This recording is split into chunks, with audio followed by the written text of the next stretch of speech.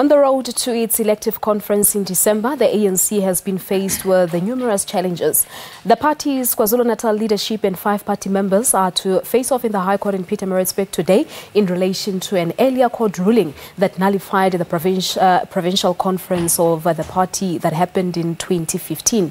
In the Free State, the High Court in Bloemfontein has ordered that the party's elective conference cannot go ahead, citing unlawful branch general meetings. Similar correction has also been seen in the number of other provinces, including the Eastern Cape. But joining us now to give a perspective on these developments is Thapelo Tselapedi. He's a political analyst from the University of Pretoria. Thapelo, good morning to you and thank you so much for coming through. Morning, thank you. Now, it looks like ANC structures are increasingly turning to the courts to sort of settle their political scores instead of, taking their things internally. Yeah.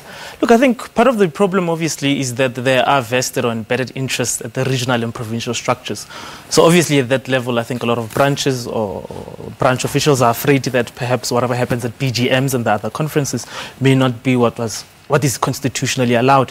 But also I think there's the problem of at the NEC level. I mean, just recently, or last year in fact, NEC had a judgment that came out that the president had flouted certain, his oath of office and constitutional issues around there. But then the NEC came out and said, well, let's see what the branches have to say about this and what should be the direction given then to the president. Really, there was no direction given.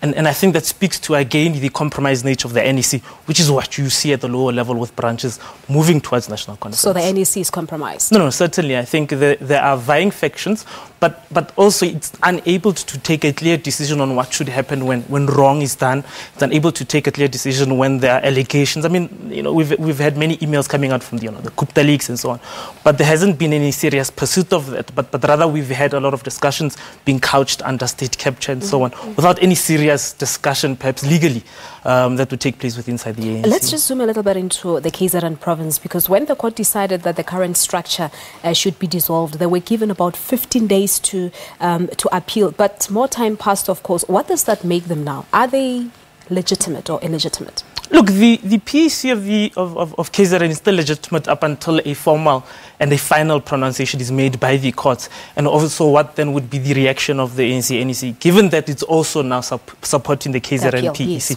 So it's still a legitimate structure in the same way as the Eastern Cape ANC PEC is a legitimate structure. Now, the ANC NEC has been to that particular province. Of course, the National Working Committee has also tried to resolve this matter. What happened to some of the suggestions that were raised? Because I remember well that, for example, at some stage, there were talks of a task team to run that particular province. What happened? With regards to the Eastern Cape? Yes. Look, I think there were 2 task teams from what I could gather. The one task team is going to investigate what had happened inside the elective conference, obviously the violence and the throwing of chairs. Then the second task team was going to obviously speed up the process of BGMs, seemingly what I talked about earlier, the issues around regions and provinces having vested interest, and so would necessarily not have those BGMs run in a constitutional manner. So the second task team was supposed to make sure that BGMs go ahead and that they go ahead before the cut-off deadline. So I think that was the 2 task teams' mandate. I'm not sure what is the outcome of that mandate. We're still waiting for the ANC to pronounce on that. But then why do you think KZN was not handled the same way as the Eastern Cape province, where a committee was set up to actually decide on whether the elections should be rerun or not? Look, that's an interesting question, and I can't obviously give a much more clearer answer as to what that may be. But my own thinking is that, the integrity of the ANC PEC there and the branches there, you'd want that, given that they're one of the biggest provinces, if not actually the biggest provinces going into national conference, you'd want the integrity of the branches to be intact, as well, again, given the factional interest for that to be the case. So I think that may have something to do with that, as opposed to whether the PEC is legitimate or not.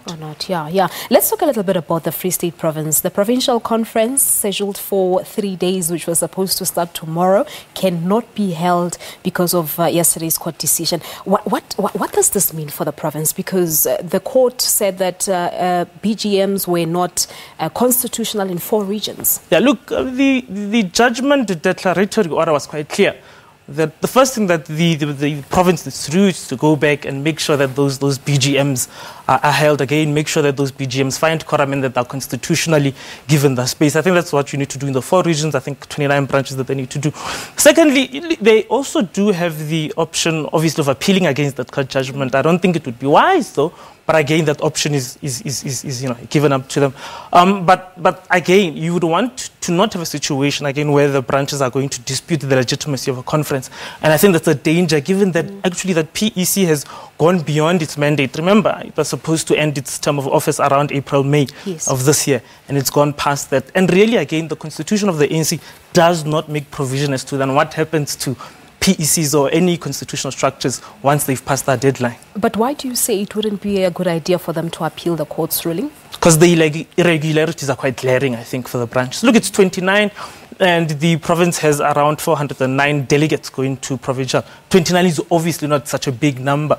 But given the court judgment, I think cool heads by both the NEC and the province have to provide leadership as to them what should happen. Yeah. So, because again, you don't want a situation where whether you go to an appeals process as they would, the same irregularities would still hold. Again, remember, the courts are basing this on the constitution of the ANC, not any outside constitution and so forth. So again, this is more of an indictment on how the ANC is handling the matter, as opposed to anything else. So what happens now? The conference, the provincial conference, will still go ahead starting tomorrow because they have indicated their intentions to appeal the court ruling? Yeah, look, it will be very interesting. I'm not quite sure what's going to be, what's open for them as to the sort of options they have right now.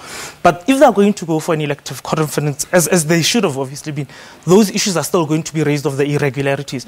But I think in terms of threshold for branches to hold an elective conference, it still passes the threshold, I suspect, at least when it comes to constitutionality of elective conferences and obviously the national conferences. Interesting news from the Free State as well. Let's just hear your views on the SACP contest in the Metsimaholo by-elections yesterday.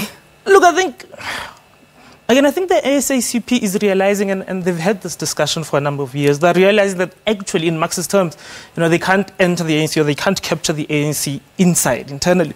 And I think that's what the alliance have tried to do for a number of years, whether it's COSATU or SACP, saying that actually let's convince the ANC that the Freedom Charter is a socialist document that will lead us to that path.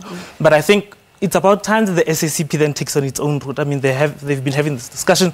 They've had a number of reports as to what would be the possibility of them running those elections. And it's quite important. They are a party after all. So I think it would strengthen, given the leadership that will come out of this elective conference, to strengthen the alliance. Okay. All right. No, we'll leave it at that, Thapelo. Thank you so much indeed for coming through. And I think the main question really is, will all these hanging issues affect the national conference that's due in what?